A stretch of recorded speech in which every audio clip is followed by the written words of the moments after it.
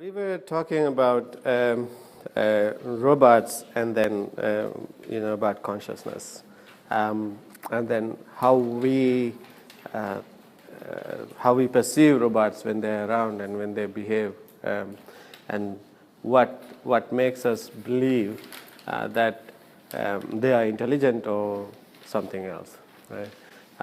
So that was the discussion we had, and then we, because this is a theology module, so we talked about religious interpretation of that, so which is Buddhism. The only thing I know is Buddhism. So I had to caution you on one thing. I'm not a Buddhist scholar. So I just have 5 years of meditation practice. So I'm just talking about from my practice and then from my experience, than from a scholar point of view. So we talked about, in Buddhism it says consciousness is a derivative of awareness, and it is not consciousness on its own, which always kind of spins out of awareness and then changes all the time, right? And then we said, given a sensory stimulus, when it so the prejudice don't work. So when it contacts a sensory organ, we said like 5 sensory organs physically, and then Buddhism says there's a 6th sensory organ, which is the mind. Thoughts come and hit the mind, and then the mind reacts to that. So mind is the 6th sensory organ. And then when they contact these sensory organs, consciousness arises because of a warping that happens in the field of awareness. And then I showed you some slides where I showed that this path of consciousness, the derivation, is not certain. It is always changing, right? So it's like you have somebody, you see somebody, and then what you think. Yes. So we show these bugs, like so. Then you come to various conclusions about these bugs, right? So that is consciousness. So somebody's conclusion is different from somebody else's, and your own conclusion about these bugs is going to change over time. And then next time you see this, you will feel it in a different way. So that is consciousness. And then it is not only, if you carefully look back at yourself, whatever you think it is the flip side of the same thing, is how you feel about it. That is, there's a me and that there. So that differentiation is called consciousness. Whenever you have consciousness, you have a feeling of a me and feeling of a that. Okay, so that split is called consciousness. And then because consciousness is not static, it is changing all the time, the feeling of a me is also changing over time. And then feeling of that is also changing over time. But it is under a awareness which is not born, which is not getting old, which is not going to die. So that is what Buddhism says. Okay? Yes? So the awareness is unchanging? It is not going to grow old. It is there like a still. So Ajahn Chah used to say that it is like still flowing water. So you have still water, and then underneath there's flowing water, right? So it's like that. So that's why. So I highly encourage you, if you really have deeper questions that I cannot answer, the best person is my teacher, Ajahn Amaro at Amaravati Monastery in Hemel Hempstead. So I just refer you to him.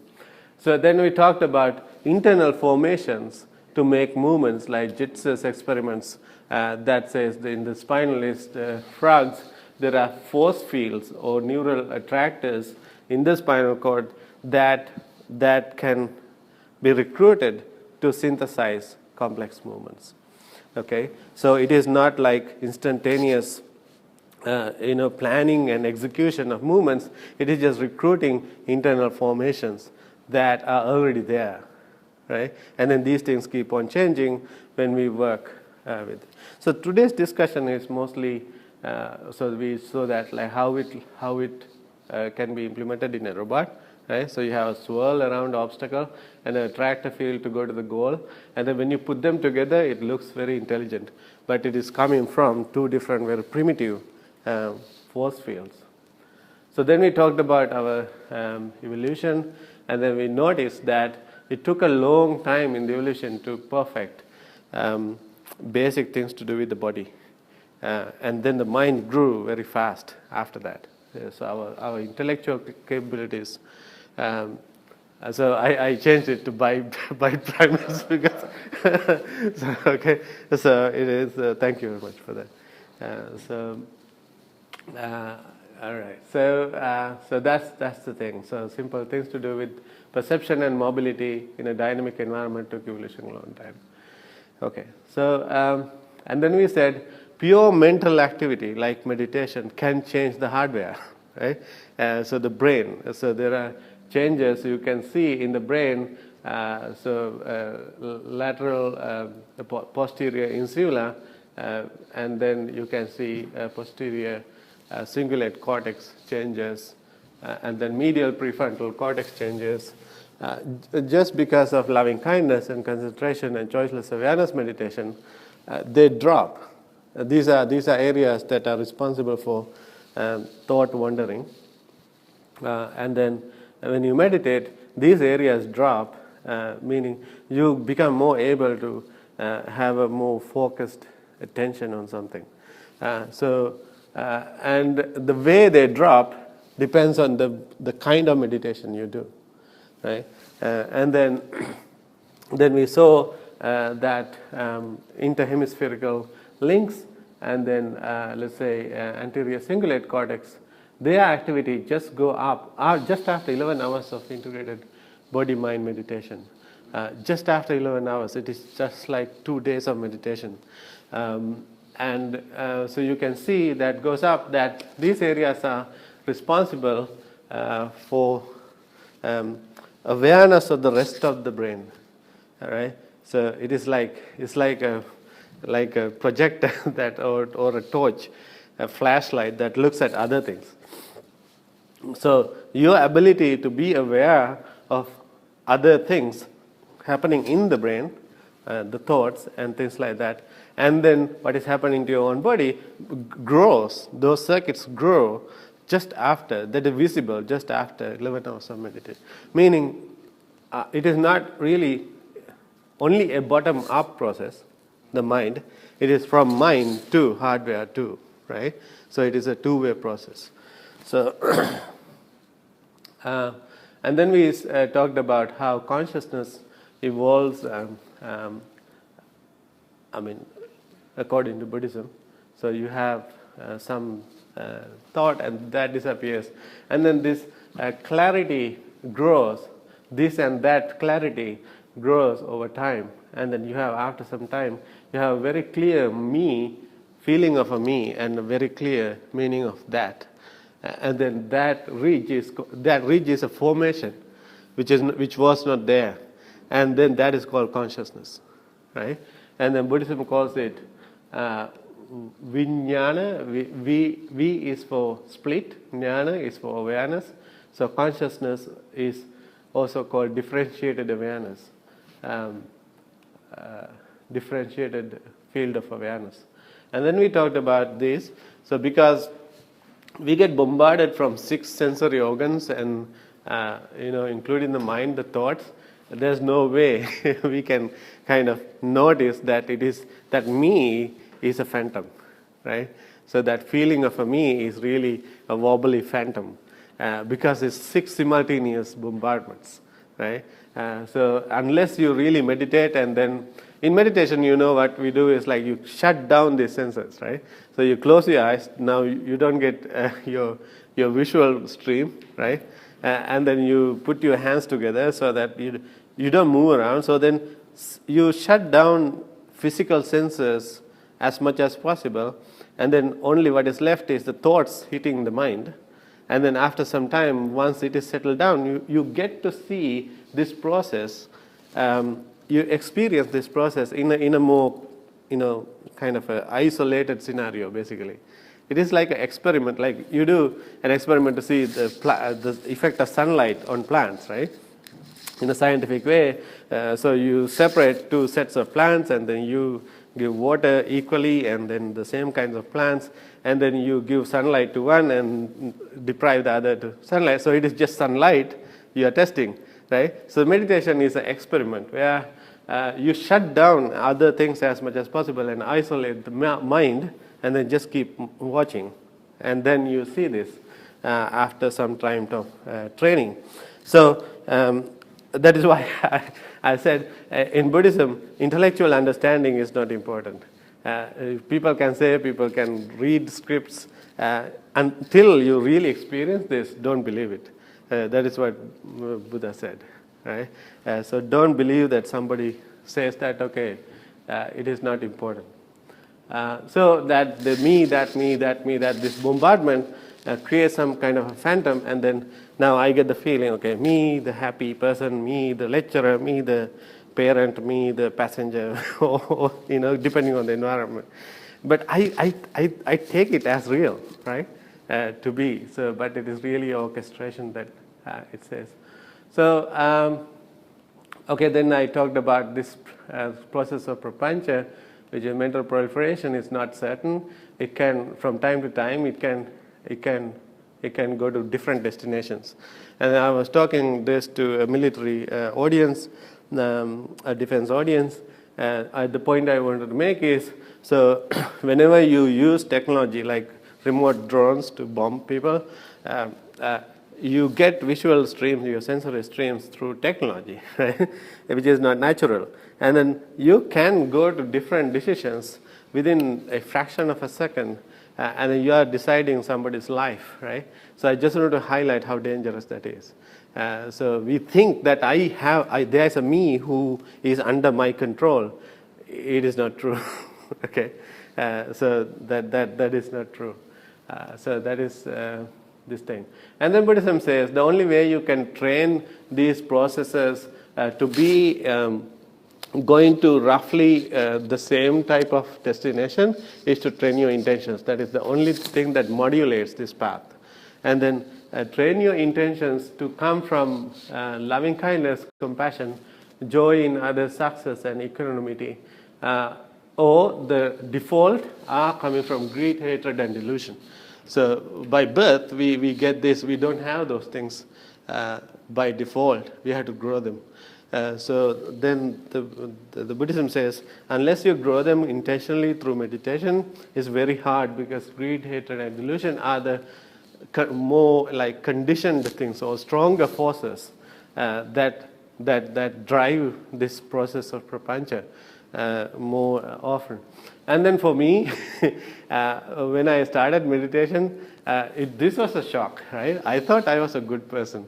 And then when I see this jealousy and hatred and all these things coming up, I couldn't believe myself. These are coming from within me. Is it true? No. And then he said, okay, so just wait. And then so when you don't react to them, they just die down. So that is what Buddha says. You just let it go. Don't react to them, and then just notice that it is there. And then, like for example, I get a memory of somebody. Now I can see that memory growing, and then what grows is a hateful reaction to that. I don't like that guy, right? That experience was horrible. He hit me, and then I couldn't hit him back enough, right? Maybe a childhood experience or something. And then that, it says, okay, so just let it grow, just wait, and then you see that it goes down, and then try to develop the other side, the counter side. Have some love and compassion purposely, saying that, okay, he did a fruitless thing. May he be well, and may he be happy. May he be free from that kind of anger. Things like that. And it's a massive effort you have to put. And then after some time, it works. And then when it goes it dies down. So somehow, so that intention, I told this defense community, unless you have these intentions in war, it's very difficult, right? So your decisions will be mostly guided by some kind of anger or these things, these default mode conditions. Okay, so today we are going to talk a little deeper into that process. I don't pretend to understand perfectly. I said I have only 5 years of meditation experience. If you have a deeper question, check with Ajahn Amaro, but I'll try my best. Okay, so the conversation started when some monks went to Buddha, and then they asked this question near Kapilavatthu. This is a city called Kapilavatthu in the Banyan Park, and then the whole thing is in the Majjhima Nikaya 18 Madhupindika Sutra, bowl of honey. You go to accesstoinsight.org, and if you search this, you will have that whole thing online.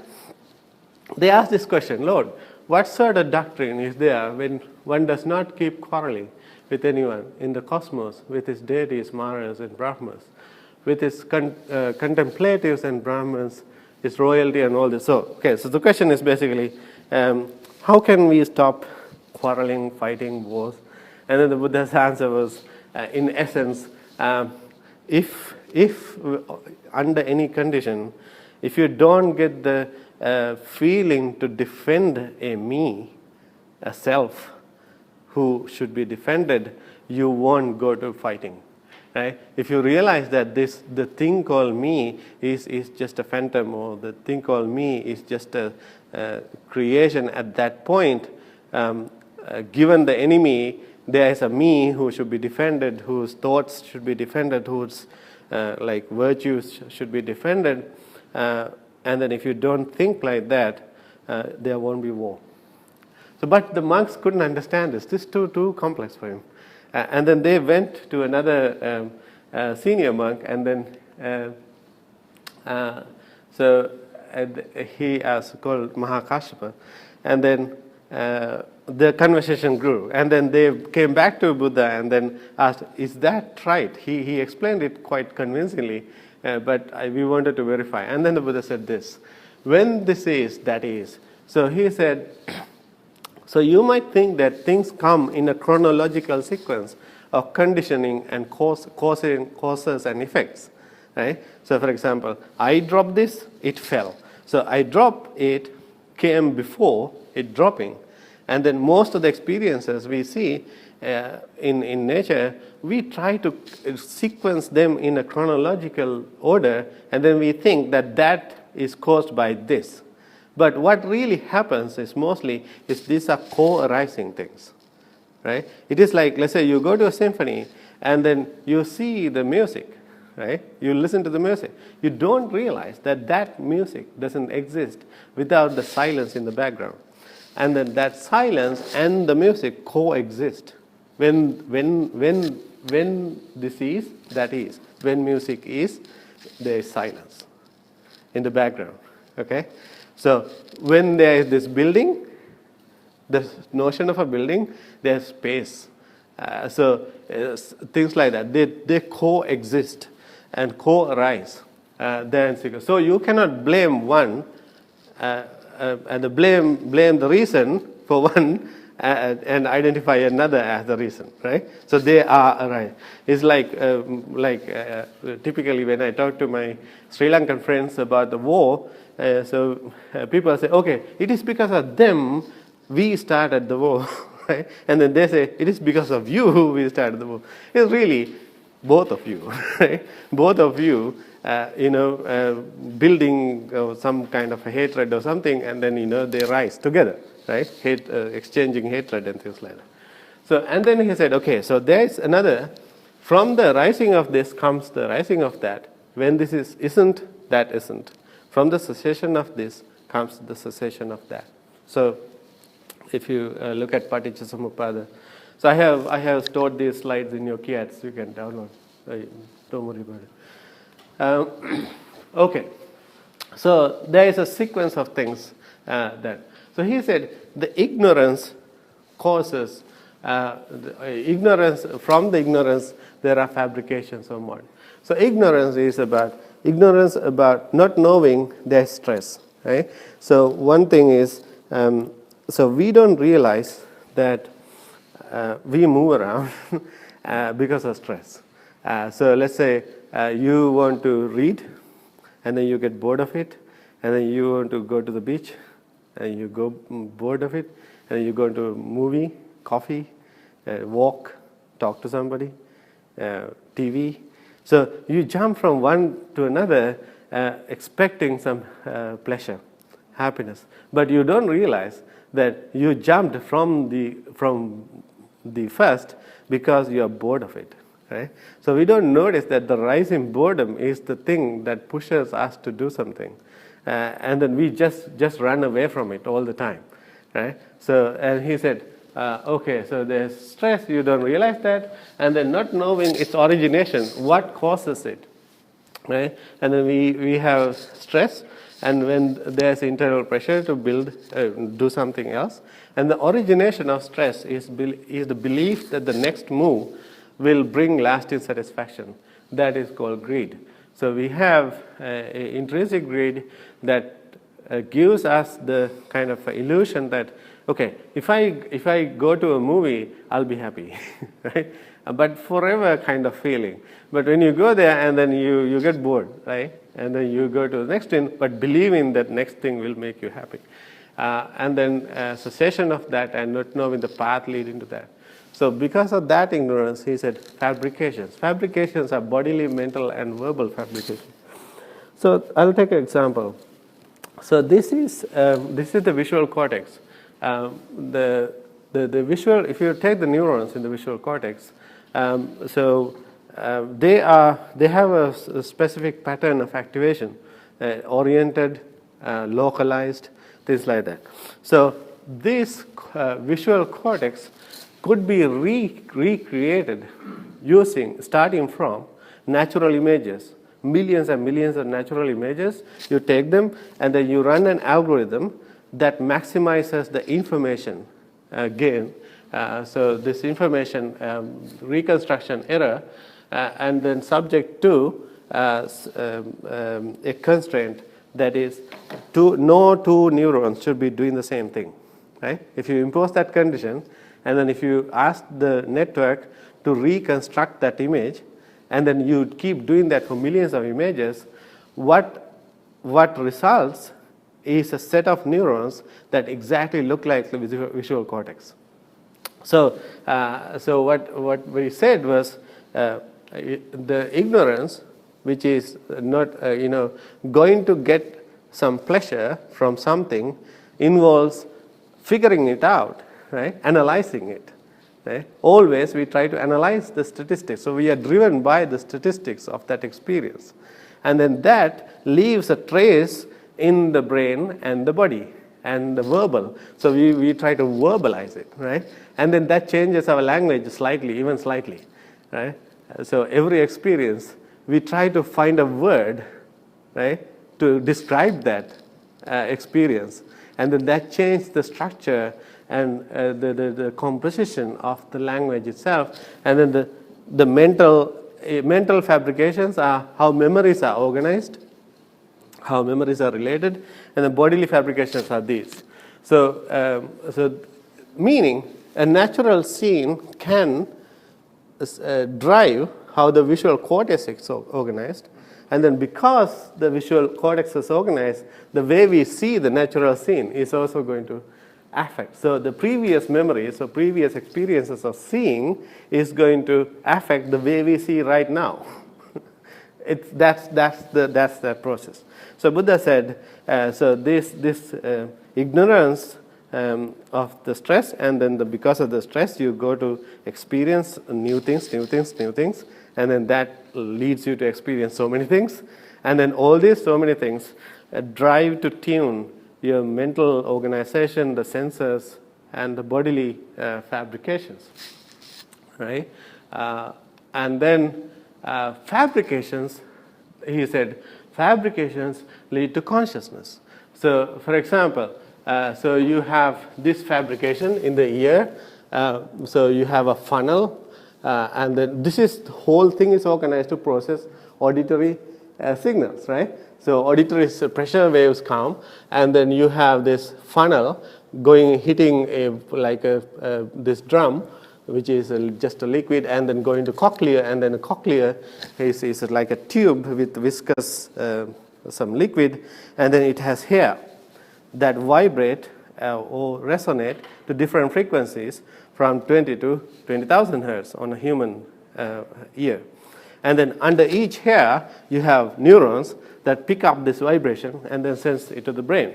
So this is a fabrication you developed to process auditory signals. So because of that fabrication, consciousness arises, meaning, let's say you change, like you cover a part of the ear, fabrication.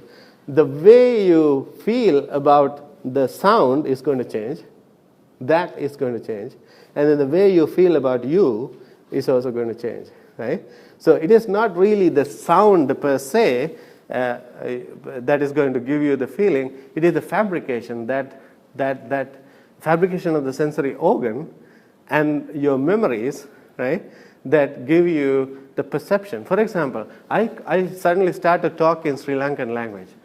Do you get anything? You understand nothing, right? Because it doesn't resonate with your mental fabrications of processing language, right? And then when I speak English, you get it because you have a memory, mental fabrication of putting together these words to get a meaning out of it, okay? So, yeah. With the phrase mental fabrication, Yeah. do you mean the connections between the neurons? No. That's a bodily level fabrication. Mental is like a memory fabrication, which is really not necessarily bodily, right? It's not necessarily bodily. It is like in the field of awareness itself, there is this we call in Sanskrit it's called Pali. It's called Sankara. So that is there. And then Buddhism says like from birth to birth it goes.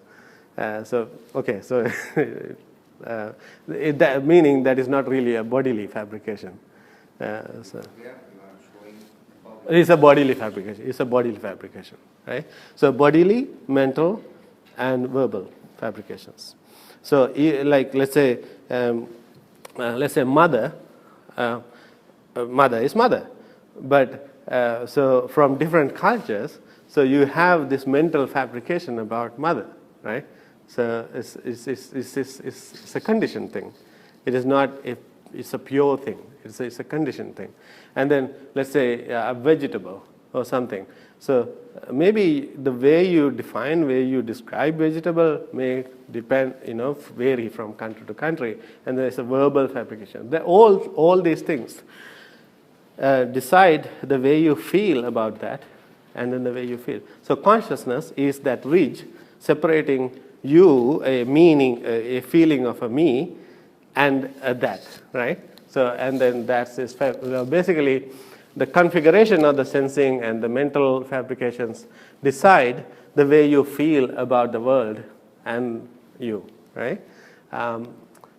Okay, so it is like, I like that sound, right? Okay, and that sound changes if a viscosity of this changes, right? A little bit, even slightly. Or a drum viscosity changes, that sound, I don't like that sound. Suddenly, this ridge is going to change. Okay, so that consciousness is going to change. And then he said consciousness leads to name and form. This is a slightly difficult thing to understand. So the consciousness is like I like that touch, right? And then what is name and form? Name, he said, feeling, perception, intention, contact, and attention as like mental activity. And then he said the four great elements called rupa are the form.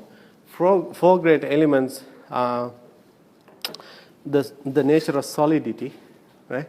So let's say I have muscle, and then I have a tensed muscle, that is solidity. And then the nature of flowing. It is like water. It's like my blood flows, and even my tissues kind of flow against each other, fat layers and muscles flow. So that flowing nature, and then the nature of vibration, which is air. So like when I walk, my body vibrates, right? So I might think that these are just solid pieces, but they just vibrate.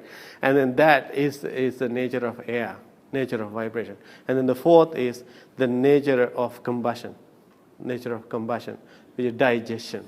So I have heat generated in these things. So if it is a life form, so you have this combustion and heating. So he said, because of the consciousness, these things change. So get an example. So this one of my PhD students trying to understand what the finger is doing when they are palpating soft tissue, and we simulate cancer of the tissue with the nodules embedded in silicon gels, right? And then this is to help the surgeons in the Guy's Hospital to do better surgery, palpate and locate the tumors better. So what you see here is you saw that they control the stiffness of the finger to probe. So when you want to probe consciousness, which is telling there is a me who is probing a tissue, there's a me who wants to know more about the tissue, the body changes, the rupa changes, right? So like the solidity, the flowing nature, the friction, combustion, my heat in the muscles, all these things change, and my attention, intention, contact, the mental activities also change because of this consciousness. All right? So that is what Buddha said. So if I go back, so he said because of the consciousness, you want to probe more, and then that changes your bodily states and the mental states. Feeling of the tissue, the perception of the hardness of the nodule, intention to probe, contact and attention, right? Attention on the thing. That changes the way consciousness is formed. Okay? So that is in the touch example. And then even in science, we see that embodiment is sitting between our brain and the environment, and then it changes, it decides the way we feel the world, and not only taking actions. We think muscles are only taking action, but muscles have sensors, like the spindles and all these things. So when you tense the muscles, the way you feel also changes. So that is that. And then then he said, name and form, the feelings, perception, intention, contact, and attention, and the four great elements decide the way six senses are formed. And then, so we see in robotic experiments that, like, if you stiffen this joint, the way the sensors feel the environment changes, right? So we do it with people who do probing, and then we record muscle activity, and then we see muscle co-contractions, like antagonistic muscle co-contraction. So if you pull two ropes on a joint, what happens to the joint? The joint gets stiffened, right? So if you pull one and release the other, the joint will rotate, right? But if you pull both ropes, it stiffens, okay? So we see that kind of stiffening, co-stiffening, co-activation in the muscles. And then we implement that kind of controllers in the robot, and then we see that the estimation accuracy can go to about 95% if we do co-contraction in an optimal way. Okay, so meaning name and form, these the solidity, the viscosity, the vibration. There's vibration here, right?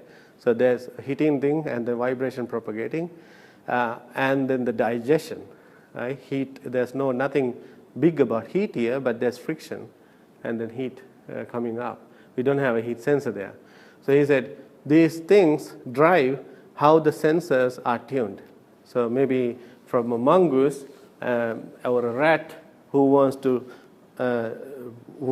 have a better attention on the smell, his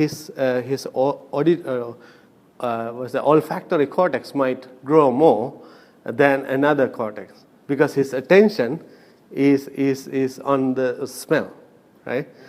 So that drives the sensory tuning. That is what Buddha said. So it is not like sensors, all sensors growing equally. The growth depends on where you pay attention to, and then what we do, and then things like that. So the evolution is a driven process according to Buddhism. So then he said, okay, so if you have 6 senses, you are a prisoner, right? You have no escape. So you cannot avoid a contact with the environment. You cannot avoid getting a feeling, and then it's very difficult to avoid craving and clinging, and then birth, right? So in Buddhism, it explains that, okay, so you have these conscious cycles like a wave, and then at death, that goes to the next life. You don't have to believe that.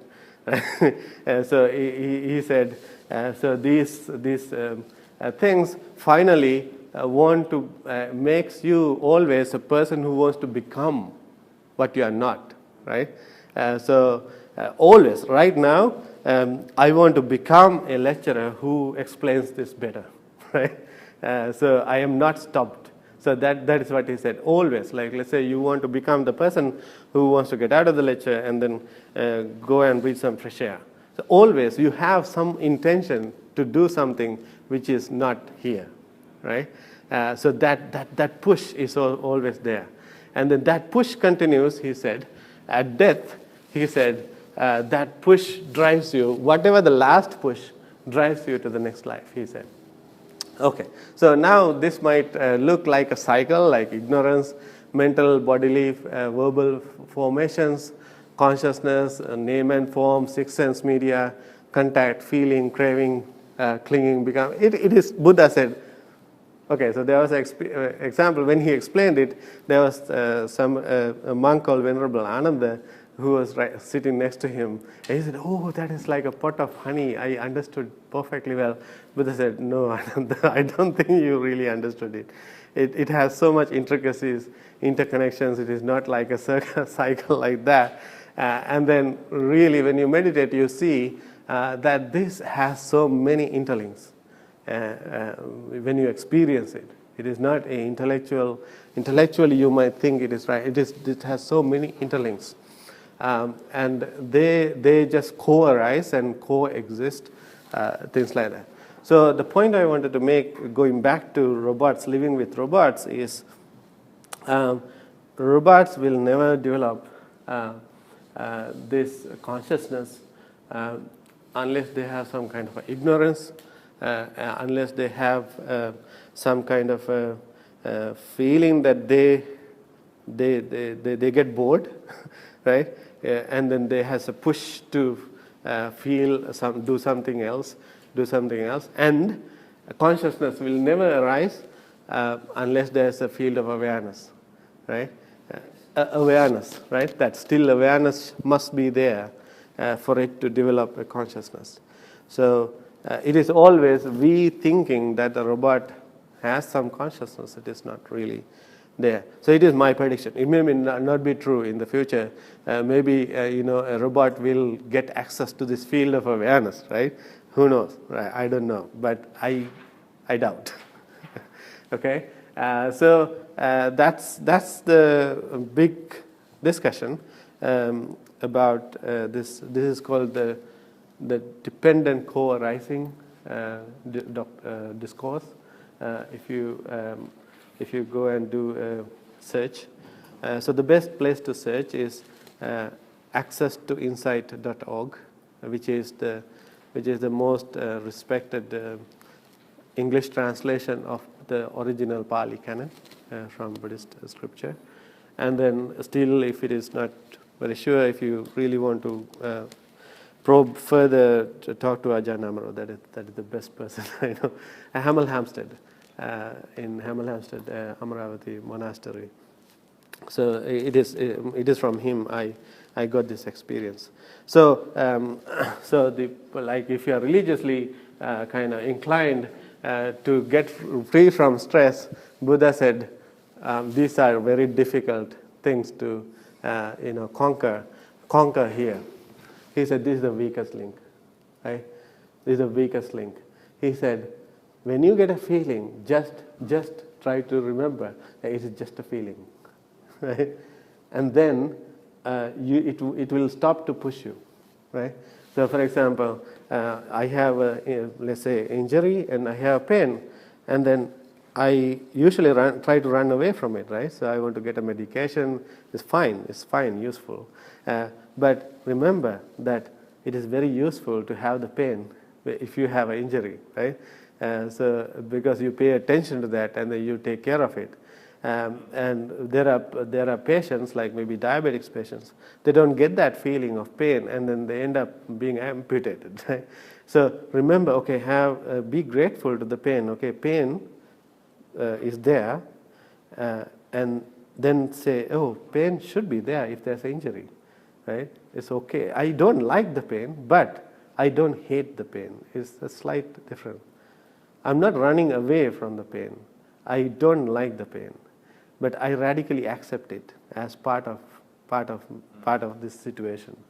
And let's say I write a very big grant, a research grant, and I don't get it. I feel pain.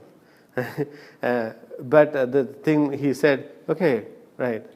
Remember that you tried hard and you expected, and it's so totally natural to feel pain. So, like when you started to write the grant proposal, if you accounted for that pain, you will be okay, right? So just don't expect things without any provision for a failure, right? So you should have a full account of the probability of success. Then you should know that there can be failure, and then account for that failure, and then prepare for it. And then learn from that, okay, maybe what can I change, what can I develop in me so that the next grant proposal will be successful, things like that. So basically he said, attack this point which is weakest, feeling. Because when you have sensors, it's very hard to avoid contact, right? But you get a feeling if you just see that it is just a feeling, and if other conditions are there, that feeling should be there, right? Okay, so then you get less stressed. So some people want to put an equation to this. People say your suffering is equal to your feeling times, right? You expected, the error between your expected and the true feeling, right? So it is like, I don't know, I do have, oops, no, fine. So let's say I have a pain, I have an injury, I have a pain, and then I have pain, multiplied by my expected feeling. I expect no pain, right? I expect total comfort, and then minus that pain, right? And then there's a negative factor there, and then that multiplied by that pain is the suffering, right? So if you want to live a life free from suffering, expect the pain, accept the pain as it is, so that this factor becomes zero, and the 0 times any pain is 0 suffering, right? Yes. Yes. No. Accept whatever the feeling you get to be a perfectly justified feeling. Like if other conditions are there, that feeling should be there, kind of thought, right? So let's say I didn't get the grant, I feel pain. Yeah. Foresee the failure. Exactly. So then what happens is you're this, yeah. All right. So then what happens is this factor, this error factor goes to 0, almost 0. So you expected that pain, right? And then there's pain, but your error is also 0, right? And then error times the pain is your suffering. So he said, attack that point. So whenever you get a feeling, remember that even if you don't realize other factors, right? Then say that there are other factors that are perfectly justifying this feeling. Okay, so it's a difficult thing to do when you kind of do meditation, and then you get to see the total picture. without an unbiased mind, oh yeah, so all those things are there, and then there's no wonder that feeling should be there. And then you have a painful thing, but you don't suffer, right? So yeah. So what you're saying in your grant application Yes. is something like, I feel pain because my grant application wasn't accepted, Yeah. but I know that a better grant application was accepted, so I feel good for them. Yeah. So that's like developing metta, mudita kind of feeling. Not hating the reviewer, not hating the situation, accepting that, okay, maybe I didn't explain well enough. And then if that is the radical acceptance, then you can change that, right? So if you don't accept that feeling, what happens is you never develop, right? So you accept that, okay, so maybe I could have explained it better in lay language. Next time when you write a grant, you focus attention on that, right? So basically taking the full responsibility, basically. Right? So if there is a feeling, you take full responsibility without blaming other people or the world or something. That is what Buddha said. So it's hard, but he said, don't try to attack other things. Very difficult, right? So this is the weakest link. And then if you get that, you develop a stress-free life. And then he said, like, you can even end this rebirth cycle. That's religious part. And then it said, like, once you're born, it's very difficult for you to stop getting contact, feelings, and consciousness. So he said, like, if you're born, you're bound to get sick. You're bound to get these pains and all these things. If you don't like that, so break the whole cycle from here. So ending the birth is in Buddhism says nirvana. So you are not born again. Yes. So the discussion about how artificial things like robots and machines are related to us, and then when we live, we know that we are conscious beings and they are not conscious beings, but they kind of behave more or less conscious, and we have a conflict, right? How to make sense out of all these things is the big question. Yes. Could I go back and ask you a Yeah. question from Yeah. much earlier? Yeah. You were saying that the anterior cingulate was anterior cingulate in, cortex. rational cognitive Yeah. functions. Does this mean that you'd interpret that part of the brain as being what's called the Cartesian theatre? Oh, yeah. It's very difficult to say that, but it is. Just look at it like this. Let's say you have a radio. You have a radio, and so you have radio signals and the antenna, right? So many things now happening. So you get a noisy sound from the radio channel you are listening to, and then what are you blaming? Like, is it the radio source which is noisy?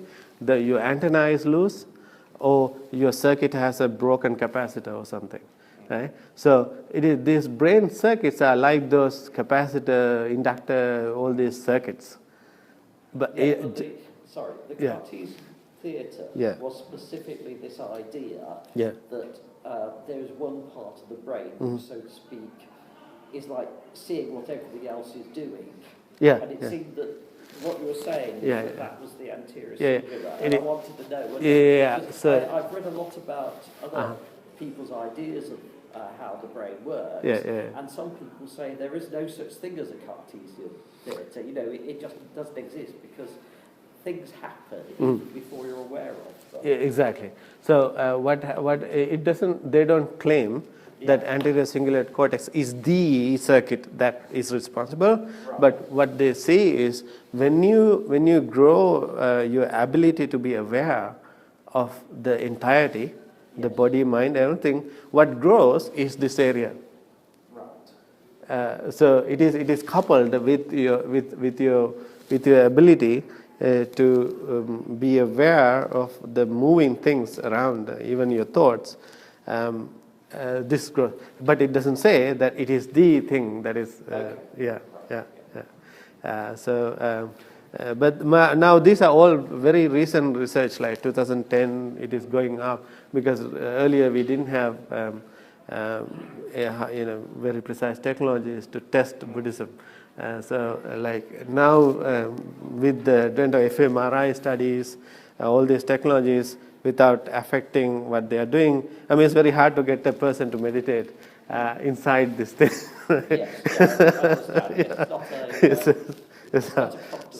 Exactly. So you have to leave him to do his own thing.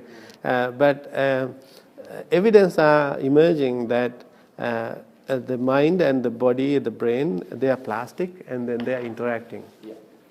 There's nothing called a kind of a given thing. They are all changing. So that's the kind of evidence we have. We have to stop. So so this is the last lecture, right? So discussion. Thank you very much for coming and engaging.